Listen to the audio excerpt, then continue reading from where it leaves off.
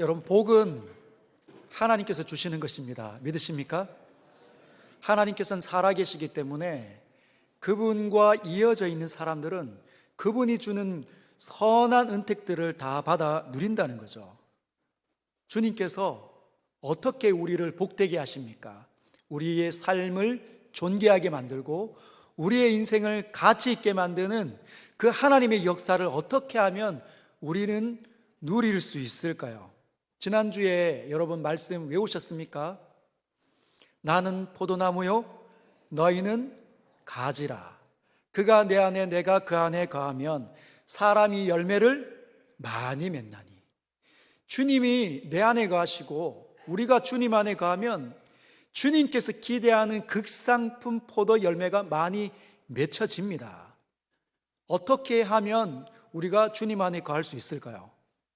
우리도 주님 안에 거하고 싶은데 어떻게 해야 합니까? 주님의 말씀이 내 안에 머물 때, 하나님의 성경을 열어서 기록된 말씀이 하나님의 음성으로 하나님의 입에서 나오는 절대자의 소리로 내 마음에 부딪힐 때, 인격으로부터, 전능자의 인격으로부터 우리 인간의 인격으로 부딪힐 때, 말씀이 우리에게 부딪힐 때 역사가 나타난다는 거죠.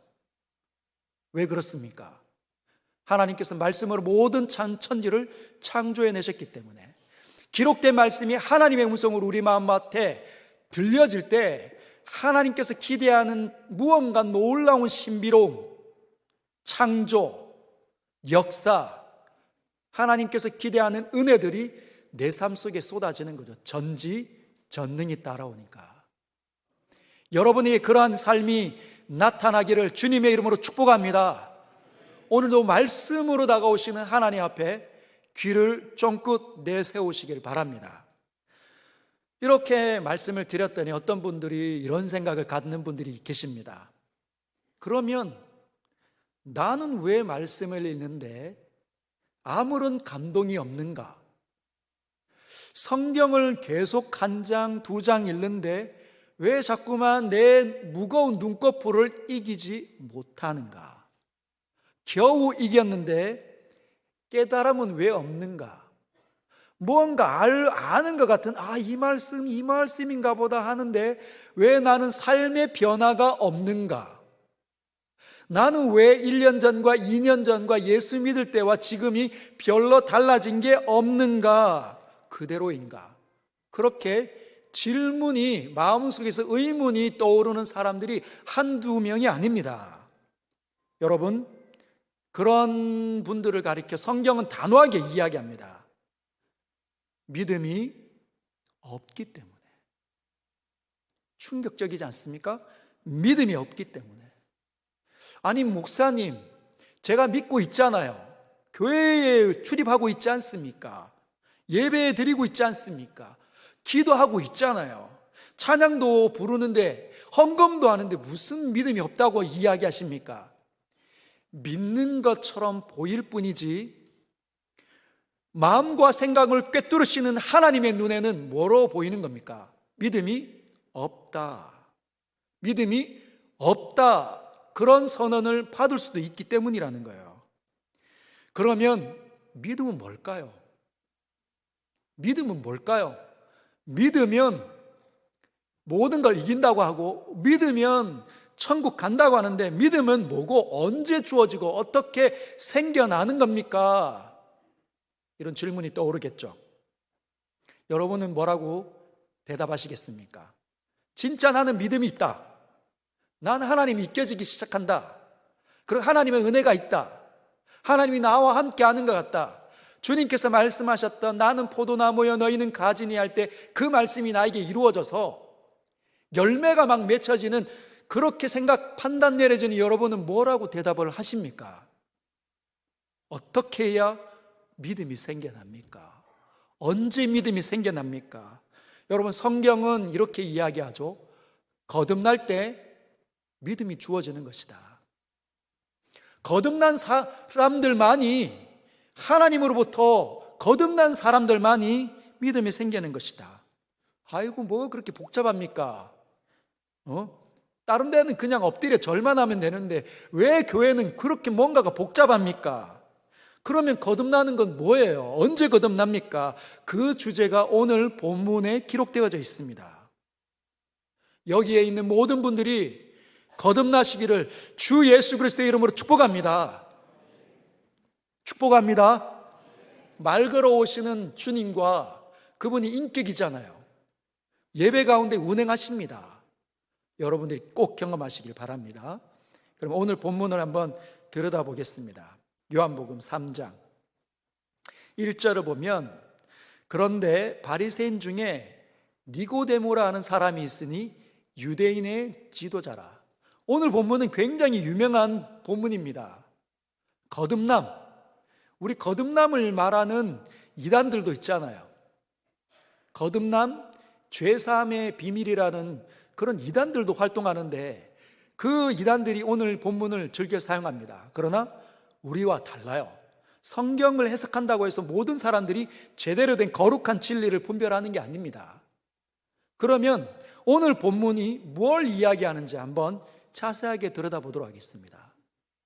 거듭남을 하나님께서, 예수께서 우리에게 가르쳐 주시는데 등장시킨 인물이 하나 있습니다.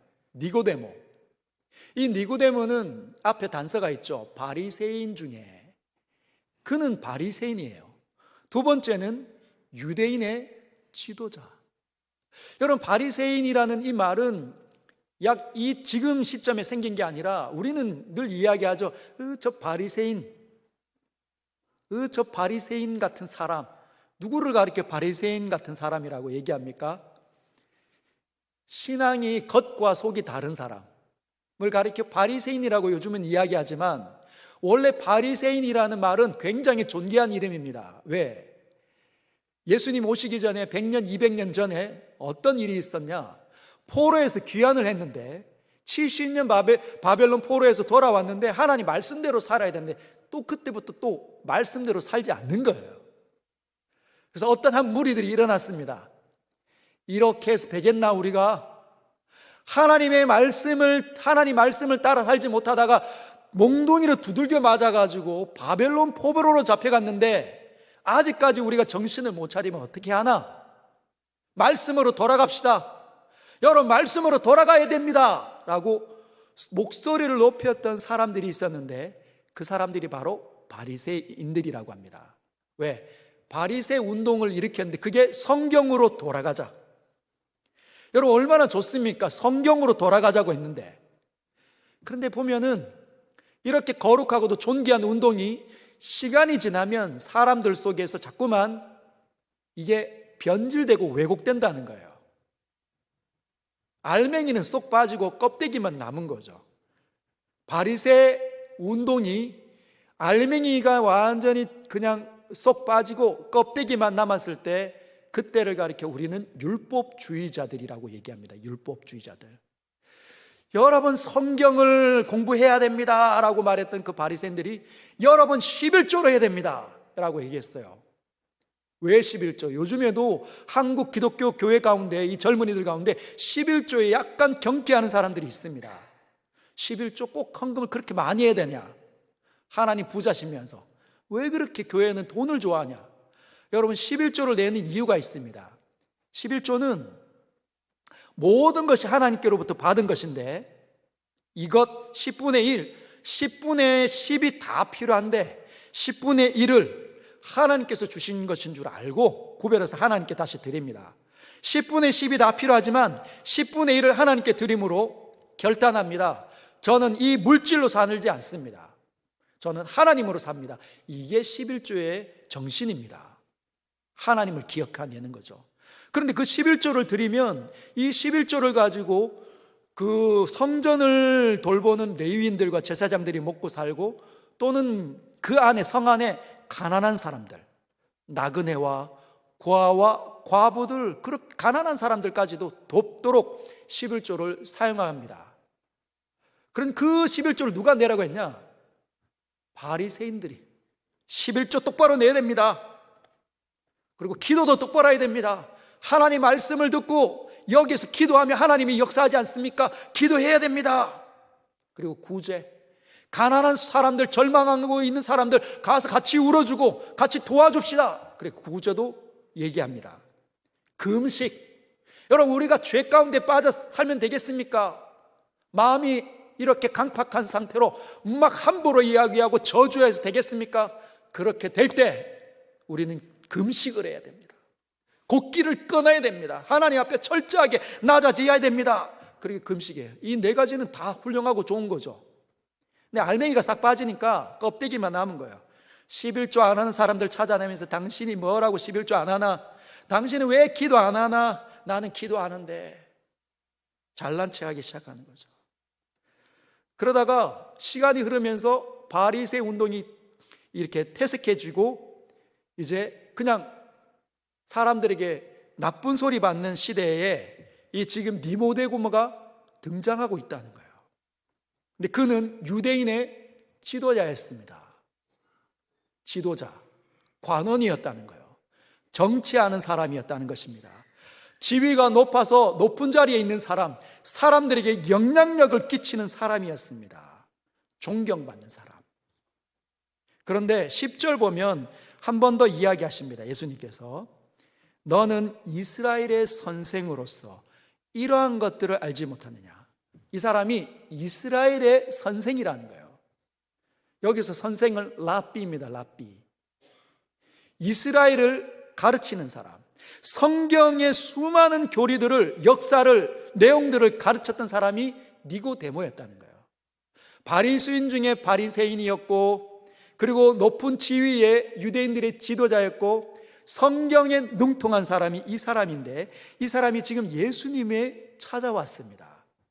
근데 찾아온 시간이 오늘 2절을 보면 이렇게 되어져 있어요.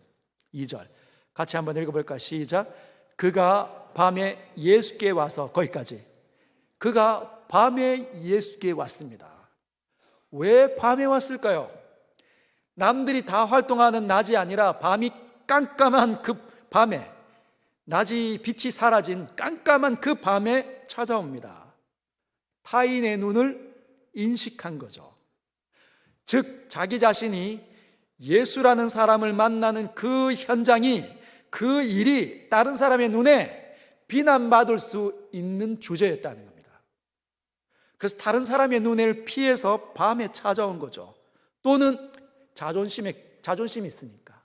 내가 지금 이스라엘을 인도하는 지도자고 영적인 리더인데, 성경에 능통한 사람인데, 저 젊은 청년, 30대 곧 지난 저 젊은 청년에게 다가와서 묻는 것이 자존심 상하니까 다른 사람 몰래 찾아왔다는 거예요. 그런데 여러분, 자존심이 걸리든지 다른 사람의 눈이 있든지 이목이 집중되는 주제이든지 상관없이 니고데모는 반드시 예수님을 찾아올 수밖에 없었습니다. 그 이유가 뭘까요? 자, 한번 보겠습니다. 지금 여기는 요한복음 3장입니다. 이 배경을 알려면 2장을 들여다봐야 돼요. 2장에 13절부터 22절까지 보면 예수님께서 예루살렘에 들어가십니다. 예루살렘에 들어가셨는데 오늘처럼 예루살렘에 이 사람들에게 명절인 유월절 때 들어간 거예요. 유월절 때 예루살렘에 들어가서 뭘 했냐? 성전을 막 뒤집어 엎은 겁니다. 여러분 잘 기억해 보십시오. 예루살렘은 예수님의 주 무대가 아닙니다. 예루살렘은 누가 주 무대냐? 니고데모 같은 바리새인, 제사장들, 대제사장, 서기관들, 힘 있는 사람들이 다스렸던 이스라엘 전체의 수도였어요. 예수님은요, 갈릴리에서 사람들을 이끌고 왔던 사람이 바로 예수님인데, 예수님이 예루살렘에 오자마자 뭘 했냐? 성전에 들어가더니 다 뒤집어 엎는 겁니다. 성전 안에서 소와 양과 비둘기 파는 사람들과 돈 바꾸는 사람들이 앉아 있는 것을 보시고 노끈으로 채찍을 만드사 양이나 소를 다 성전에서 내쫓으시고 돈 바꾸는 사람들의 돈을 쏟으시며 상을 엎으시고 이렇게 놀라운 일을 하는 겁니다. 완전 시골뜨기 같은 사람, 청년 한 명이 사람들을 이끌고 들어오더니 뭘 한 겁니까? 성전을 완전 뒤집어 엎는 거예요. 그러면 사람들 사이에 소문이 나겠죠. 지금 예수라는 사람이 엄청난 무리들을 이끌고 오더니 이 성전에서 놀라운 일을 했다. 완전히 들러 다 엎었다. 그랬더니 성전에 있는 사는 사람들의 이 소문이 막 흘러 들어갑니다. 성전에서 밥 비워 먹고 사는 일꾼들, 그 이야기들이 누구에게? 소리에 제사장들에게, 서기관들에게, 힘 있는 지도자들에게 다 소문이 가는 거죠. 누가 들었을까요? 바리새인 중에 한 사람이었던 니고데모에게 귀에도 들어갔을 겁니다. 그런데 여러분, 23절부터 25절, 오늘 본문의 바로 앞절입니다. 23절에 이렇게 되어 있습니다. 6월절에 예수께서 예루살렘에 계시니 많은 사람이 그의 행하시는 표적을 보고 그의 이름을 믿었으나, 수많은 사람들이 예수님이 행하는 표적을 보았다는 거예요. 기적들이 일어나는 거죠. 어떤 표적이었을까요? 귀신 들린 사람. 여러분, 귀신 들린 사람 눈빛이 막 사납습니다. 막 꼬라보는 것 같고, 얼굴 표정이면 다크서클에다 머리 막 흥커러져 있고, 소리 지르고 막 제어할 수 없는 사람이잖아요. 그런 사람을 사람들이 끌고 옵니다. 장정들이 막 끌고 오는 거죠. 예수 앞에 막 무릎 꿇힙니다. 그 예수님이 뭐라고 합니까? 손을 얹더니 뭐라고 중얼중얼거립니다. 사람들은 그렇게 봤겠죠. 그랬더니 귀신 들린 사람, 괴성을 지르고 도망가는 거예요. 꼬꾸러지는 겁니다. 사람이 펄스덕거리고 둘은 웃는 거죠. 그리고 일어났는데 멀쩡해. 사람이 멀쩡해진 겁니다. 또 어떤 사람들이 왔을까요? 장애를 가지고 있는 사람들, 말 못하는 장애, 듣지 못하는 장애, 걷지 못하는 장애를 가진 사람들이 막 사람들의 손에 이끌려서 오는 겁니다. 예수님의 손이 막 닿는 곳마다 사람들이 일어나고 귀가 들리고 눈으로 막 보기 시작하는 거예요. 말문이 터져나가는 거죠. 놀라운 일들이 막 일어나면 박수 칩니다. 앞에 사람들, 뒤에 사람들을 보지 못합니다. 질병에 걸린 사람들, 바이러스나 심각한 열병에 걸려서 끙끙끙끙거리고 있는 사람들, 중풍병이 누워있는 사람들만 옵니다. 예수님께서 뭐라고 말씀하시면 벌떡벌떡 다 일어나는 거예요.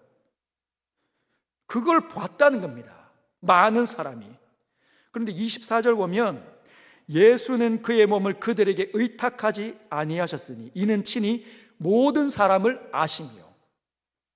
사람에게 자기 자신을 의탁하지 않는 거예요. 왜? 모든 사람을 다 알아요. 저 사람은 무엇 때문에 나에게 오는지 주님이 안다는 겁니다. 저 사람은 거짓말로 나에게 오는지 주님이 사람의 마음을 꿰뚫으신다는 거예요. 그게 예수님이십니다. 25절, 또 사람에 대하여 누구의 증언도 받으실 필요가 없으니 이는 그가 친히 사람의 속에 있는 것을 아셨습니다. 주님은 하나님이시잖아요. 절대자 아니십니까?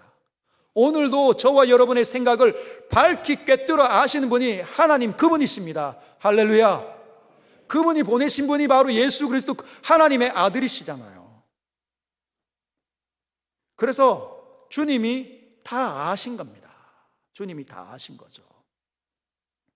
니고데모가 그걸 본 겁니다. 저분이라면, 사실은 유대인의 이 지도자였기 때문에 가까이 가서 보지는 못했을 거예요. 먼 발치에서 소문 듣고 저거는 반드시 하나님께서 주신 능력이 아니면 안 돼. 2절이 그렇게 이야기하잖아요. 2절 볼까요? 다시. 그가 밤에 예수께 와서 이르되 랍비여, 우리가 당신은 하나님께로부터 오신 선생인 줄 아나이다. 하나님이 함께 하시지 아니하시면 당신이 행하는 이 표적을 아무도 할 수 없음이니라. 이 사람이 와서 이렇게 얘기한 겁니다. 다시 한번 보여주십시오. 여러분, 그 성경을 한번 볼까요? 자막으로도 한번 보여주시죠. 3장 2절 읽겠습니다. 시작. 그가 밤에 예수께 와서 이르되 랍비여, 우리가 당신은 하나님께로부터 오는 선생인 줄 아나이다. 하나님이 함께 하시지 아니하시면 당신이 행하시는 이 표적을 아무도 할 수 없음이니이다. 귀신이 떠나가는 것, 질병이 낫는 것, 이것 하나님께서로부터 왔기 때문에 일어나는 거다. 그래서 저분이라면 된다. 저분께 가면 내가 궁금해했던, 풀리지 않았던 그 의문을 저분은 반드시 대답해 줄 거다. 그가 그렇게 생각을 했기 때문에 용기를 갖고 밤에라도 찾아왔다는 거죠. 여러분, 오늘 이 본문이 예수께서 우리에게 이 부분을 가르쳐 주시기도 합니다. 교회 안에 이런 니고데모와 같은 신앙생활하는 사람들이 꽤 많다. 하나님 말씀이 나에게 임해서 열매를 풍성하게 맺는 일도 행하는 그런 일이 일어나는 믿음이 있는 사람들도 많지만 니고데마와 같은 부류의 사람들도 많다는 겁니다. 리더로 신앙생활도 오래 했고, 그래서 교회 안에 직분도 높고 많이 그렇게 봉사하면서 살아왔는데 니고데모처럼 풀리지 않는 의문이 마음속에 있는 거죠. 나는 진짜인가? 나의 믿음은 진짜 믿음인가? 신앙은 뭔가? 그런 생각을 하시는 분이 꽤 많습니다, 여러분. 대한민국에 생각보다 많습니다. 그런데 타인의 눈을 의식하기 때문에 쉽게 꺼내지 못하는 거죠. 내가 지금 직분이 높은데, 내가 지금 권사인데, 내가 지금 장로인데, 내가 지금 목사인데 나눔의 자리에서 못 꺼내겠는 거라. 내 믿음이 진짜인지 나는 잘 모르겠다. 그러면 나눔의 자리에서 솔직하게 꺼내면 옆에 사람들이 자꾸만 자기를 판단할까 봐, 지금까지 뭐 어떻게 신앙생활 했길래 저런 말을 하나 저분이 라는 소리를 들을까 봐. 여러분은 어떻습니까? 여러분의 신앙은 분명합니까? 믿음은 진짜 보이지 않는 하나님께서, 꿰뚫으시는 하나님께서 너의 믿음은 진짜다라고 말할 정도로 그런 믿음을 갖추셨습니까? 아니면 혹시 착각하고 있는 건 아닌가? 내가 믿음이 있다고 착각하면서 살아온 것은 아닌가? 여러분, 그런 생각을 해보신 적은 없습니까? 만약에 없다면 그분은 정직하지 않은 겁니다. 여러분, 사도 바울조차 의심이 들 때가 한두 번이 아니었습니다. 그리고 낙심들 때가 한두 번이 아니었어요. 여러분, 믿음이 항상 좋은 게 아닙니다. 믿음은 항상 굴곡진 거죠.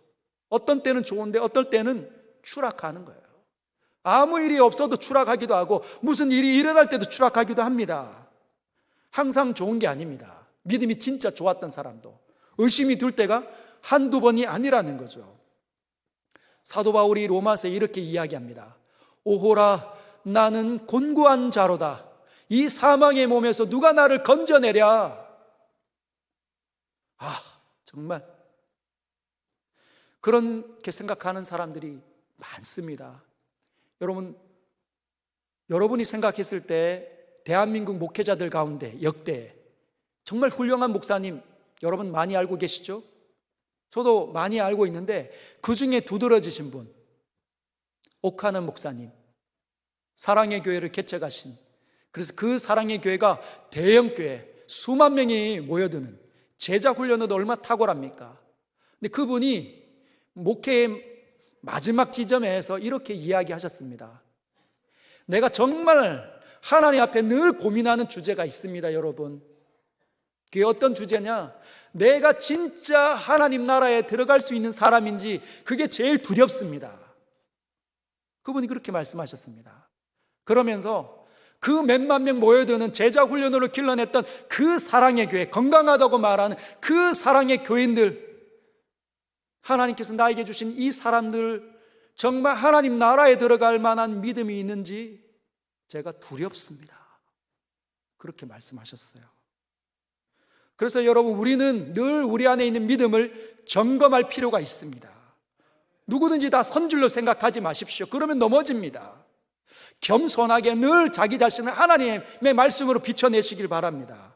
고린도 후서 13장 5절 말씀 우리 다 같이 읽도록 하겠습니다. 시작. 너희는 믿음 안에 있는가? 너희 자신을 시험하고 너희 자신을 확증하라. 예수 그리스도께서 너희 안에 계신 줄을 너희가 스스로 알지 못하느냐? 그렇지 않으면 너희는 버림을 받은 자니라. 할렐루야. 믿음 안에 있는지 자기 자신을 점검하십시오. 그리고 확증, 증거를 가지셔야 됩니다. 예수 그리스도께서 우리 안에 계신 줄을 우리가 스스로 느끼지 못한다면 우리는 뭐가 있을까요? 버림을 받은 자라는 거예요. 그런 일이 일어나지 않도록 오늘 말씀에 귀를 기울이시기를 주님의 이름으로 축복합니다. 니고데모가 답을 얻을 줄 알고 풀리지 않는 그 어려운 주제를 가지고 찾아왔습니다. 3절 보면 예수님이 이렇게 대답하시죠. 예수께서 대답하여 이르시되 진실로 진실로 내게 이르노니 사람이 거듭나지 아니하면 하나님의 나라를 볼 수 없느니라. 진실로 진실로 너희에게 이르노니 사람이 거듭나지 아니하면 하나님 나라를 볼 수 없느니라. 그에게 니고데모에게 이렇게 대답하셨습니다. 근데 사실은 이 예수님의 3절의 말씀은 너무나 생뚱맞은 말이에요. 왜 생뚱맞은 말인지 아십니까? 니고데모가 이런 질문을 한 적이 없거든요. 니고데모는 하나님 나라에 어떻게 하면 들어갑니까? 라는 질문을 해본 적이 없다는 겁니다. 그가 한 건 2절에서 한 건 뭐냐? 예수님의 향하여서 그냥 칭찬만 하고 인정만 했다는 거죠. 그런데 예수님은 왜 하나님 나라에 들어가는 일을 이야기하실까요? 그 이유는 우리가 2장에서 본 것처럼 예수께서 사람의 마음속에 있는 모든 것을 다 아시기 때문이죠. 다 아시기 때문입니다. 니고데모가 지금 자기에게 와서 인정하는 말하고 칭찬하는 말을 하지만 그 마음속에 풀리지 않는 그 영원한 질문 뭐냐? 하나님 나라에 어떻게 들어갈 수 있냐? 여러분, 이 사람은요, 니고데모가 그동안 궁금한 건 그겁니다. 하나님 나라, 천국. 왜? 본인이 성경을 가르치는 사람이잖아요. 성경을 가르치고 성경을 이야기하고 해석해내는 사람인데 수많은 사람들이 몰려들고 인정하는 진짜 이스라엘의 선생인데 자기가 느끼기에 감동이 없는 겁니다. 말씀이 자기에게 부딪혀 오지 않는 거예요. 아, 나는 진짜 믿음이 있는 사람인가 보다. 그런 마음이 들지 않는다는 거죠. 어떻게 해야 하나님의 나라에 들어갈 수 있는가? 늘 그 부분이 고통이었습니다. 옥하는 목사님께서 고통인 것처럼 나는 진짜 하나님 나라를 전하고 예수 그리스도를 제대로 믿는 제자 훈련한 사람인데 하나님 나라에 들어갈 수 있는 사람인가? 이렇게 허물투성인데 그게 너무 고통스러운 거죠. 여러분, 그게 고민이 되어야 합니다. 그래야 하나님 나라가 열립니다. 하나님 나라에 대해서 관심이 없는데 어떻게 들어가고 그 생각에 대해서 마음이 쏟아질 수가 있을까요? 늘 세상에서 어떻게 하면 생존할 수 있을까? 남들보다 더 가지는 법은 무엇일까? 어떻게 로또를 만나? 이런 생각으로 늘 가득 차 있으면 저 사람은 왜 잘 되고 나는 안 되나? 이런 생각으로 늘 몰두하고 있는데 어떻게 하나님 나라가 열릴까요? 하나님에 대해서 관심이 없는데. 여러분, 예수님이 이렇게 말씀하십니다. 고민이 있는 사람들에게 사람이 거듭나지 아니하면 하나님 나라를 볼 수 없다. 거듭나야 된다는 거예요. 여러분, 거듭나시길 바랍니다. 거듭나시길 축복합니다. 근데 이 생각외로 이 거듭남이라는 이 말이 한국 사회에 보편적으로 이렇게 지금 사용되고 있기 때문에 한국 교회에 있는 사람들이 이 거듭남에 대해서 굉장히 오해하는 사람들이 많습니다. 쉽게 생각하는 사람들이 있어요. 여러분, 우리만 이 거듭남을 사용하지 않잖아요. 예수 믿지 않는 사람들도 거듭남이라는 말을 사용합니다. 언제? 현 정부는 오늘로부터 새롭게 거듭났습니다. 들어보셨죠? 우리 정당은 이제 이분과 저분과 함께해서 새롭게 거듭났습니다. 이렇게 하시는 분들 있잖아요. 정치인들도 사용합니다. 또는 가게에서 새롭게 오픈하거나 아니면 리모델링한 그 가게에서 우리 가게는 이제 30년 동안 이제 묵은 때를 벗고 새롭게 거듭났습니다. 여러분, 그게 뭘까요? 그냥 뭔가를 바꾸는 겁니다. 리모델링. 조직을 좀 개편했다. 이런 거가 예수님께서 말씀하신 게 아니에요. 예수님께서 말씀하신 그 거듭남과 우리 일반적으로 사용하는 그 거듭남은 전혀 다른 겁니다. 그러니까 일반적으로 사용하는 그 말에 길들여지는 사람들이 예수님의 이 말을 왜곡시켜 받아들이면 하나님 나라가 열리지 않는 거죠. 그런 분들이 꽤 있습니다. 그러면 예수님께서 거듭나야 된다는 말은 무슨 뜻일까요? 원문을 한번 보겠습니다. 원문 헬라어 원어 한번 따라 읽어보겠습니다. 겟나오, 아노센. 네. 겟나오는 태어나는 것입니다. 태어나는 거. 이 땅에 태어나는 거. 아노세는 위로부터라는 뜻이고, 또는 again, 다시라는 뜻이기도 하고, 또는 새로운이라는 뜻이기도 합니다. 합치면 이런 거죠. 위로부터 태어나는 것. 예수님이, 여러분 자 보세요. 겟나오 아노센이라고 예수님 말씀하셨습니다. 위로부터 다시 태어나지 아니하면 하나님 나라를 볼 수 없다. 잘 기억하십시오. 다시 태어나지 아니하면 하나님 나라를 볼 수 없다. 또는 새로 태어나지 아니하면 하나님 나라를 볼 수 없다. 이 뜻입니다. 무언가 안에 좀 리모델링해가 조직이나 생각 조금 고쳤다고 해서 그게 거듭남이 아니에요. 예수님이 말하는 것은 다시 태어나는 거예요. 위로부터 다시 태어나는 거. 왜? 4절을 한번 보십시오. 니고데모가 충격을 받습니다. 니고데모가 이르되 사람이 늙으면 어떻게 날 수 있사옵나이까? 두 번째 모태에 들어갔다가 날 수 있사옵나이까? 만약에 리모델링 좀 하든지 현 정부가 거듭났습니다 이런 정도였으면 니고데모가 이런 말을 할 필요가 없습니다. 예수님의 말을 어떻게 들은 거예요? 다시 태어나는 거. 다시 태어나야 된다. 한번 따라 해볼까요? 다시 태어난다. 다시 태어나야 된다. 여러분, 다시 태어나야 하나님 나라에 들어갈 수 있다는 거죠. 혼란스러운 겁니다. 니고데모가. 나 지금 벌써 늙었는데, 머리 희끗한데 어떻게 다시 태어나나? 엄마 뱃속에 다시 들어갔다가 다시 나와야 됩니까? 라고 물었다는 거예요. 예수님께서 이렇게 말씀하십니다. 5절에 다시 태어나는 방법입니다. 같이 읽겠습니다. 시작. 예수께서 대답하시되 진실로 진실로 내게 이르노니 사람이 물과 성령으로 나지 아니하면 하나님 나라에 들어갈 수 없느니라. 다시 태어나는 방법이 뭐냐? 물과 성령이라는 거예요. 물과 성령으로 다시 태어나진다는 거죠. 여러분 알고 계셨습니까? 물과 성령으로 다시 태어나지는 겁니다. 자, 물은 뭘까요? 물은 세례를 상징합니다. 세례를 어디서 원래 받아야 되냐? 흐르는 강, 흐르는 물가로 데려가서 그를 씻겨야 됩니다. 왜? 여러분 한번 보세요. 고정되어져 있는, 흐르지 않는, 멈춰져 있는 물 속에 들어가서 몸을 담그면 여기 안에 있는 모든 더러운 것들이 거기 있겠죠. 다시 일어나면 그 더러움이 묻은 채로 다시 일어난다는 겁니다. 그래서 반드시 세례를 받을 때 어디로 데려가야 되냐? 흐르는 물에 데려갔어요. 과거에는 강으로. 왜? 들어갔을 때 몸에 붙었던 오물들이 씻겨 내려가는 겁니다. 그 자리에 있지 않다는 거죠. 그래서 세례라는 것은 그 사람을 깨끗하게 한다, 정화시킨다라는 의식입니다. 뿐만 아니라 죽음을 상징하기도 하는 거죠. 물속에 확 잠깁니다. 사람을 머리부터 발끝에 이렇게까지 물속에 확 오르륵 하다가 일으키는 거죠. 그러면 물속에 잠길 때는 이미 죽었다. 뭐가요? 과거에 나는 이미 물속에서 죽어버렸다. 다시 일어나서 코를 떼줍니다. 그러면 호흡을 확 하는 거죠.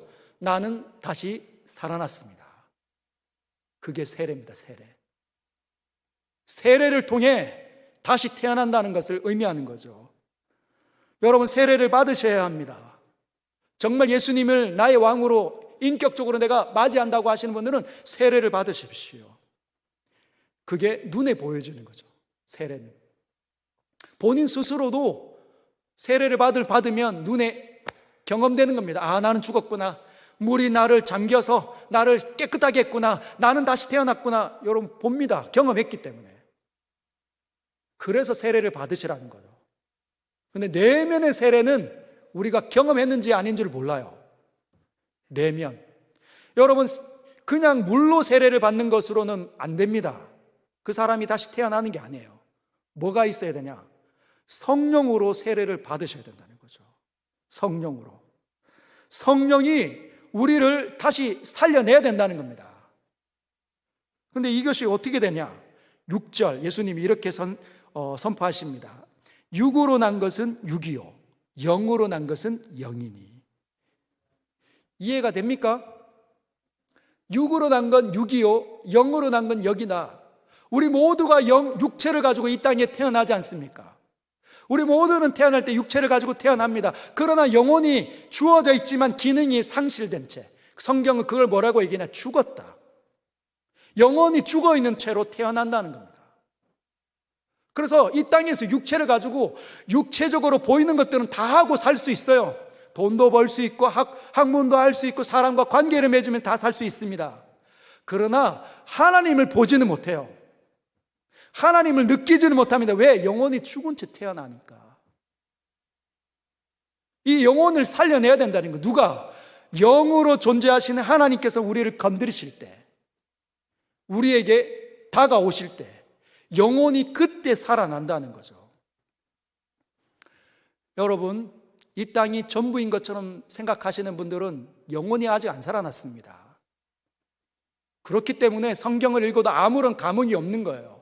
이 성경을 읽으면서 뭘 생각합니까? 도움만 말하는 거죠.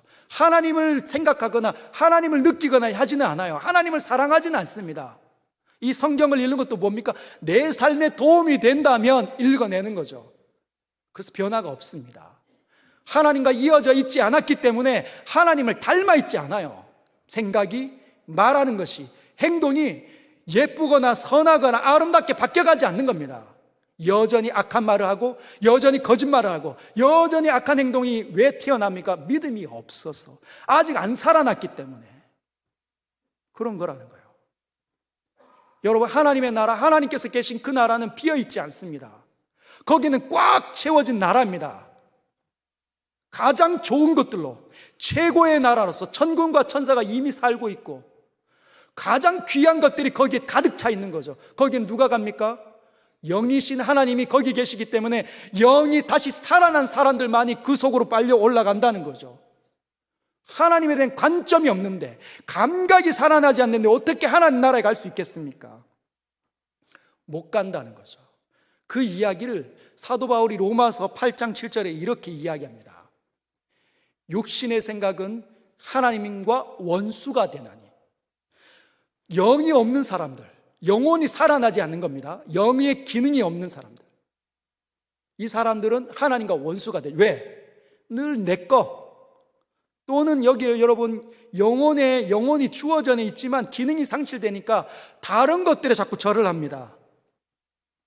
부처에게, 또는 그런 것, 내 스스로 뭔가 의롭다고 만들려고 도를 쌓고 덕을 쌓으면 3대가 복을 받고 그리고 천당 가고 극락 간다.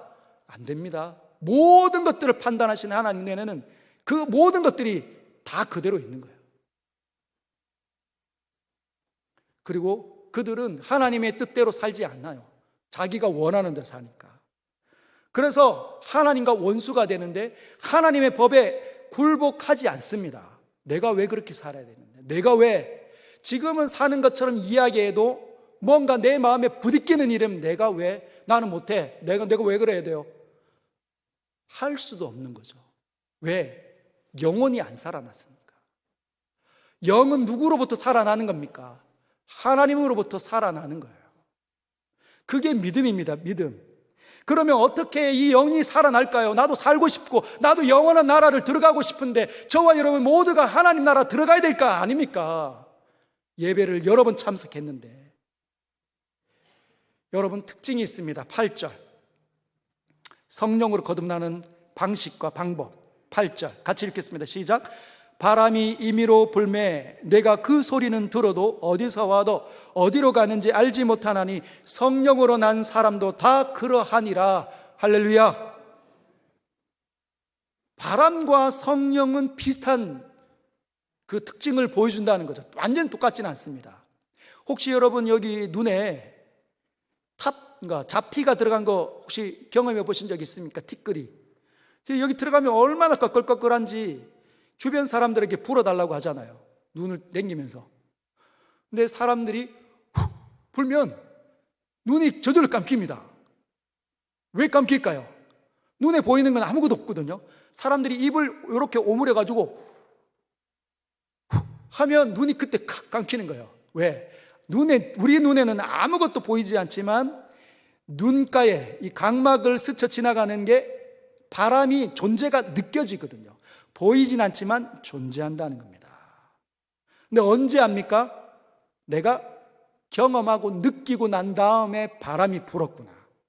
바람이 여기서 뺨을 스쳐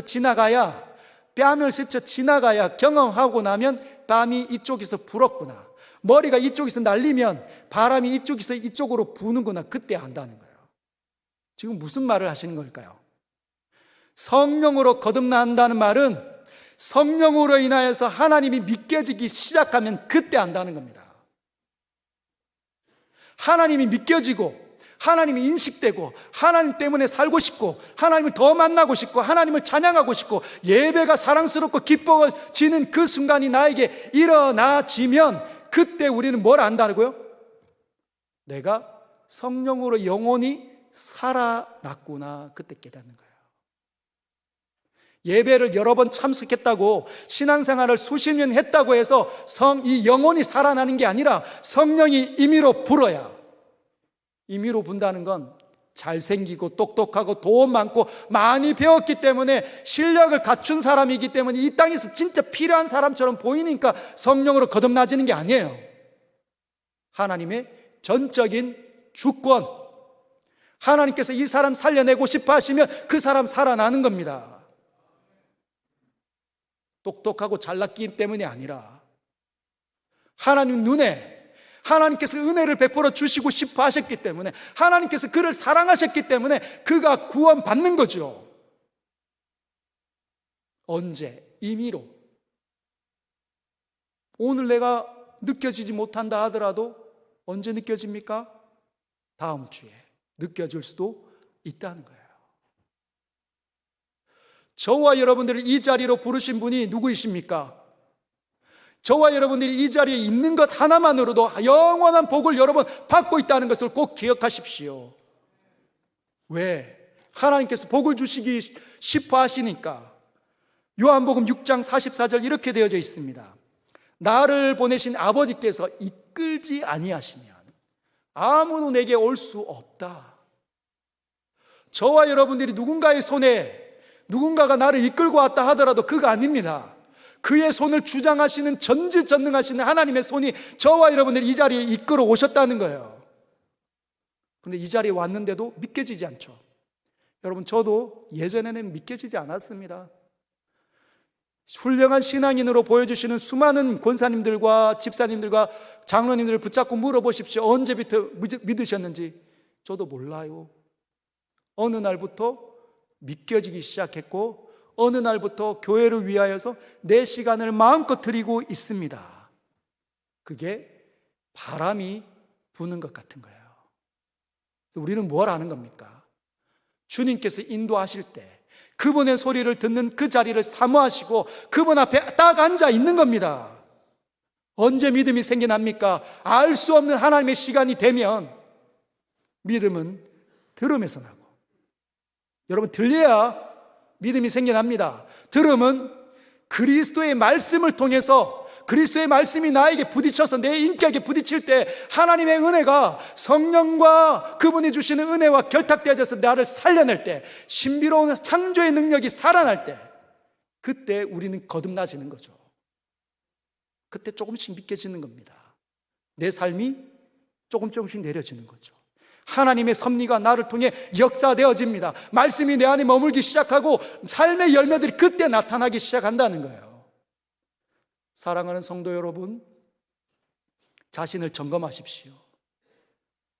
그리고 그분 앞에 정직하게 자신을 시험하시고 그분을 발견하시고 그분 안으로 빨려 들어가시길 바랍니다. 그리고 주님은 늘 약속하셨습니다. 언약하십니다. 나를 사랑하는 자들이 나의 사랑을 입을 것이다. 나를 간절히 찾는 자가 나를 만날 것이다. 그렇게 약속하십니다. 여러분, 지금 내가 안 느껴진다고 포기하지 마시고 하나님 앞에 정직하게 엎드리십시오. 그렇게 자기 자신을 니고데모처럼 하나님 앞에 드리시길 바랍니다. 궁금해하는 그 궁금증을 가지고 주님께 물으십시오. 그럼 그분이 여러분의 시간대, 그분의 시간대에 딱 맞는 그 정확한 타이밍의 지점에 여러분에게 그분이 말씀하실 겁니다. 하나님의 소리로 들릴 겁니다. 그럼 놀라운 일이 내 안에서 일어나게 된다는 거 꼭 믿으시길 주님의 이름으로 축복합니다.